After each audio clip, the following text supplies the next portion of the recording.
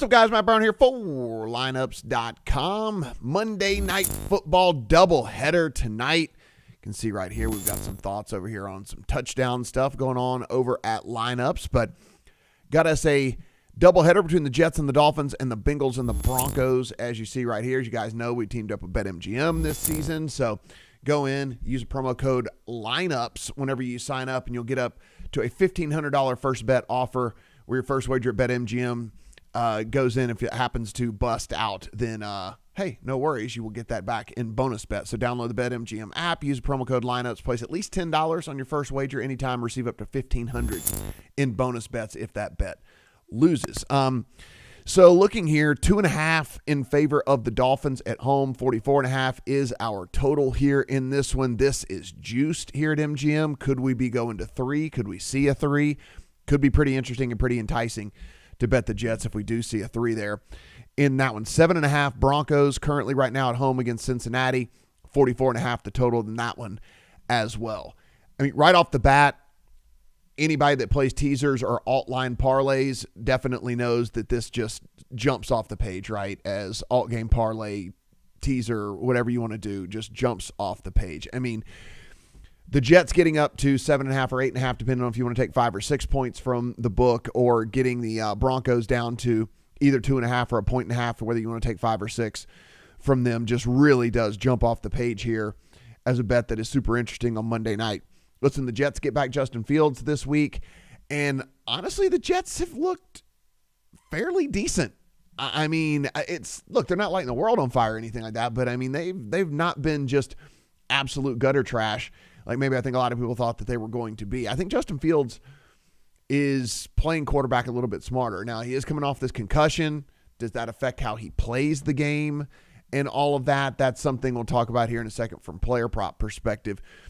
And then over here in this one, Cincinnati look, Jake Browning ain't it. Now he goes on the road. He gets this Bronco defense that is actually really good. Now, Bo Nix has played terrible. And so you're going to need better performances out of Bo Nix for sure. But it's a really good Broncos defense, a bunch of playmakers. We saw that Browning ended up throwing the ball, 100 times to the Vikings as opposed to his own receivers last week. And so I think the Broncos have a decent amount of success here in this one. So really do like kind of just the Monday night teaser or alt line parlay with the Jets taking them up and then the Broncos and taking them down. As far as the total goes in both of these games, this one I'm staying away from altogether, mainly because there is at least the T. Higgins, Jamar Chase factor in this thing for Cincinnati. I understand that Browning is not very good, but you still have two of the better receivers in the NFL. And I mean, at any given point, it wouldn't surprise me if these guys, especially in garbage time too, just throw some unnecessary points on the board and all that. So I just don't have any interest in the total there in that one. I do have a little bit of interest in this total, and I'm leaning a little bit towards the over in this. I think, like I said, I think the Jets offense is decent. I think the Jets offense can move the ball a little bit. And the Dolphins, despite the fact that they're sitting at 0-3, both of these teams, by the way, sitting at 0-3, you've gotten a couple of big performances. Now, has not equaled wins for this Dolphins team, but you've had a couple of decent performances from the offense as well. And so as long as Tua is healthy and you're still getting Tyreek Hill out there and you still have Jalen Waddle and you still have Devon Achane, this offense should be able to put some points on the board. So not anything that I have in the account, but a pretty strong lean towards the over. And maybe if you're playing like a same game parlay, then you could like work in the over or take that down and play the over on it or whatever with one of the alt line totals that you have in this thing.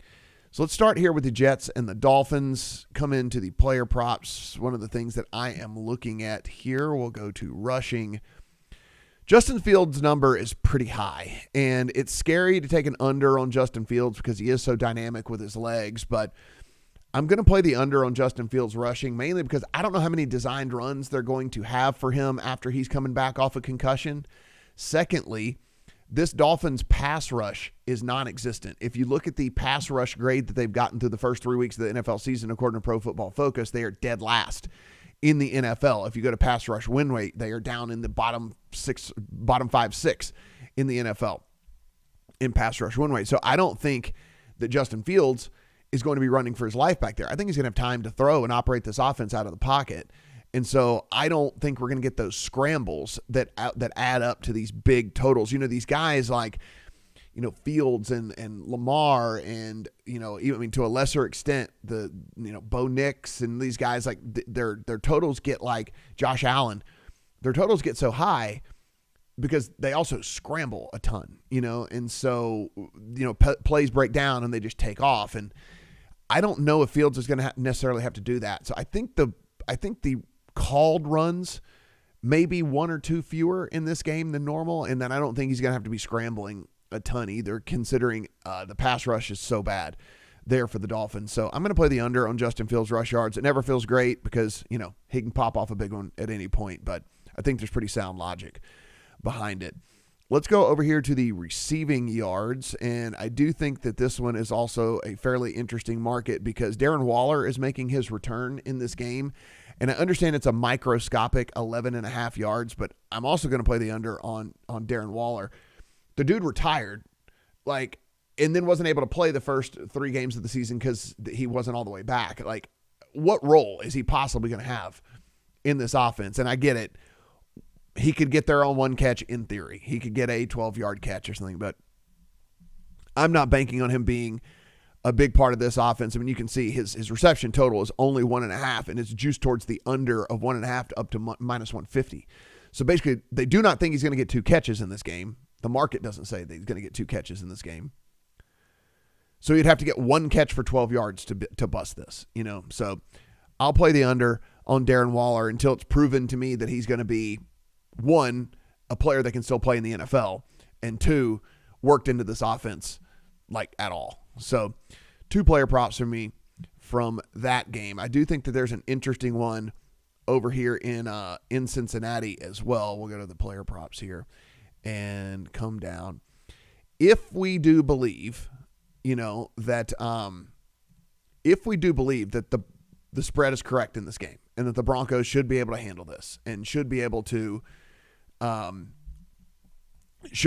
beat this Cincinnati team without Joe Burrow by more than a touchdown, then we're definitely going to get a healthy amount of running in the latter half of this game. Now, RJ Harvey is a guy that I think is going to get some fourth quarter run. And so I'm going to play the over on 25.5. Listen, this is at 140. Look around 26.5 at 110 or whatever is what, ideally what we'd like to do here. Or you could just play alts or something. But I think RJ Harvey gets a decent, he's worked into the offense as it is anyway.